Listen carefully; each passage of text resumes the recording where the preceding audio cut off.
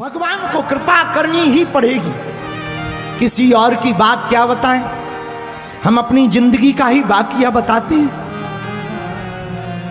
बचपन काल में हमारे साथ एक घटना घटी थी।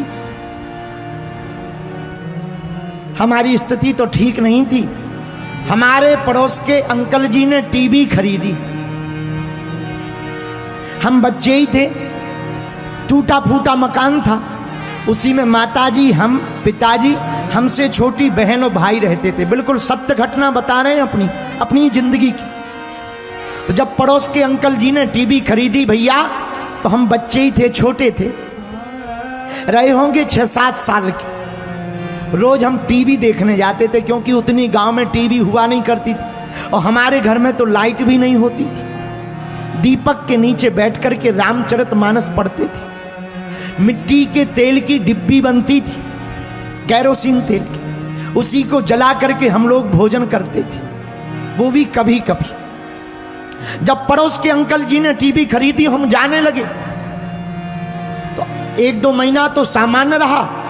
2 महीना बाद उन्होंने हमें देख करके टीवी बंद कर दी और हम जैसे ही बाहर निकले तो फिर चालू कर दी। हमारे मन को बड़ा दुख लगा। बाहर अंधेरा था, रोना आ गया, लेकिन हमने उनको कुछ नहीं कहा कि आज से तुम्हारे घर नहीं आएंगे, तुम्हारे दरवाजे पर नहीं आएंगे, या तुम्हारी टीवी तुम्हें बड़ा घमंड आ गया, अभिमान आ गया। ऐसा कुछ नहीं कहा। मन ही मन में आंसू खूब रोन फूट पड़े। घर वापस आए, सामने ही मकान था। वापस आए तो माँ ने कहा, माँ हमको घर पर बचपन में धीरू कहती थी। हमारा बेटा धीरू, आज तुम जल्दी आ गए। हमने कहा हाँ माँ, आज कार्यक्रम ठीक नहीं आ रहा था, सीरियल ठीक नहीं आ रहा। माँ को लगा होगी कोई बात। हमारा जो पुराना मकान अभी भी है, उसी मकान के पीछे एक नाला है। हमें इतना रोना आया, हम व्यासपीठ पर सत्य बता रहे हैं कि हम नाले के किनारे बैठ गए और खूब रोए। घर पर रोते तो मां पूछ लेती, रोते रहे, लेकिन हमने वही किनारे पर बैठे बैठे प्रण लिया कि अब आज के बाद धीरेन्द्र कृष्ण शास्त्री जी, हम टीवी तब देखेंगे जब अपने पिताजी की टीवी खरीद लेंगे।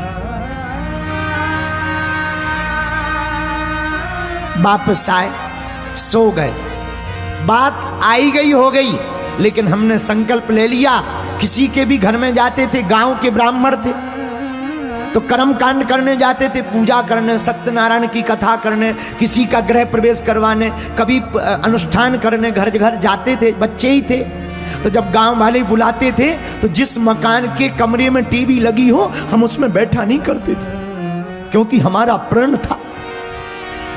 उस समय में नई नई वॉल्वो बस चली थी, हम उस पर बैठते नहीं थे, यात्रा कैंसिल कर देते थे। क्यों? क्योंकि हमारा प्रण था कि टीवी देखेंगे तो अपने ही पिताजी की देखेंगे। और भैया सत्य बता रहे, 1.5 साल लगा हमें, लेकिन 1-1, 5-5, 10-10 रुपया जोड़कर हमने 3800 रुपया जोड़े और 3800 रुपये जोड़कर सेकेंड हैंड मैक्स कंपनी की एक ब्लैक एंड व्हाइट टीवी खरीदी। घर लाए, मकान में रखने की जगह नहीं, सो दरवाजे पर रखी। एक टेबल खरीदी, टेबल पर टीवी रखी, उसके ऊपर रिसीवर रखा। 1 किलो लड्डू ले गए। लाइट थी नहीं, डोरी लेकर के पड़ोस के चाचा जी के घर से डोरी लगाई, टीवी चलाई और बढ़िया नीचे आसन बिछाकर टीवी देखने लगे। तो भगवान की बड़ी कृपा, उस वक्त हमारे पास सिद्धि भी नहीं थी भैया। जो अंकल जी ने हमें भगाया था, उनकी टीवी फूक गई। उनकी टीवी फूक गई, सो वो अपने पास आए और हमको नाराज होके बोले, क्यों इतना बर्बाद कर दिया 3800 रुपया? हैं, शर्म नहीं आती है? ये कहीं लग जाता, मकान में लग जाता, कपड़े ले लेते, अच्छा रहता। हमने धीरे से कहा, अंकल जी थैंक यू। उन्हें समझ में नहीं आया कि थैंक यू क्यों बोल रहे। हमने एक लड्डू छुपा के रखा था उनके लिए, हमने लड्डू दिया। बोले ये क्या है? हमका प्रसाद है टीवी की खुशी का। उन्होंने कहा आखिर मामला क्या?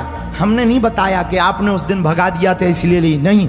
जब वो हमारे बगल में बैठ गए और टीवी देखने लगे, और रिसीवर था, फ्री चैनल आते थे, तो उस पर आध्यात्मिक चैनल भी आते थे। उसी दिन बैठे बैठे हमने दूसरा संकल्प लिया, धीरेन्द्र जी अब तब तक शांत नहीं बैठेंगे जब तक अंकल जी को हम टीवी पर नहीं दिख जाएंगे। और ये बात विनोद की नहीं, हनुमान जी की कृपा की। कह रहे भैया हम तो अनपढ़ गवार हैं, हम तो पढ़े लिखे नहीं हैं, हमारी सामर्थ्यता नहीं है, हम तो बहुत ही मूर्ख आदमी हैं, हम तो साधारण परिवार से आए हुए हैं भैया, हमारी तो कोई शक्ति भक्ति नहीं है। हनुमान जी की कृपा का प्रसाद बता रहे, जिन चाचा जी ने हमें टीवी देखने से भगाया था, ये गुरुदेव के चरणों की कृपा है कि वे रोज हमारा प्रतिदिन प्रवचन टीवी पर देख रहे हैं। हम हाथ जोड़कर इस घटना को इसलिए नहीं बता रहे कि हम आपको अपनी आप बीती बताना चाह रहे, नहीं। कुरुक्षेत्र के पागलों, तुम हमारे परिवार के सदस्य हो, और जितने भी युवान बच्चे, पढ़ने वाले बच्चे, पढ़ने वाली बेटियां बहनें विराजमान है, तुम इतनी मेहनत करो, इतनी मेहनत करो कि किसी कोने में तुम्हारे माँ बाप खड़े हो जावे तो लोग कहें ये फलाने बेटे का बाप खड़ा हुआ। दुनिया में असंभव कुछ भी नहीं, असंभव कुछ भी नहीं है, संभव सब कुछ है। अगर दृढ़ संकल्प बहन बनोगे, संकल्प कठोर लोगे, तो तुम्हें भी कृपा मिल जाएगी। और कुरुक्षेत्र के पागलों, तुम आज ही कथा में अपनी बुरी आदतों को छोड़ने का कठोर संकल्प ले लो। हम तुम्हें दावे के साथ कहते, तुम्हें किसी भी दरबारों में भटकने की जरूरत नहीं पड़ेगी, तुम्हारा घर ही बागेश्वर दरबार बन जाएगा।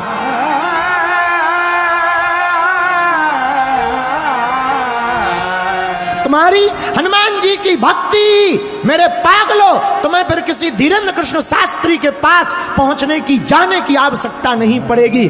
तुम स्वयं और तुम्हारे घर में स्वयं बागेश्वर बालाजी और सन्यासी बाबा हो जाएंगे।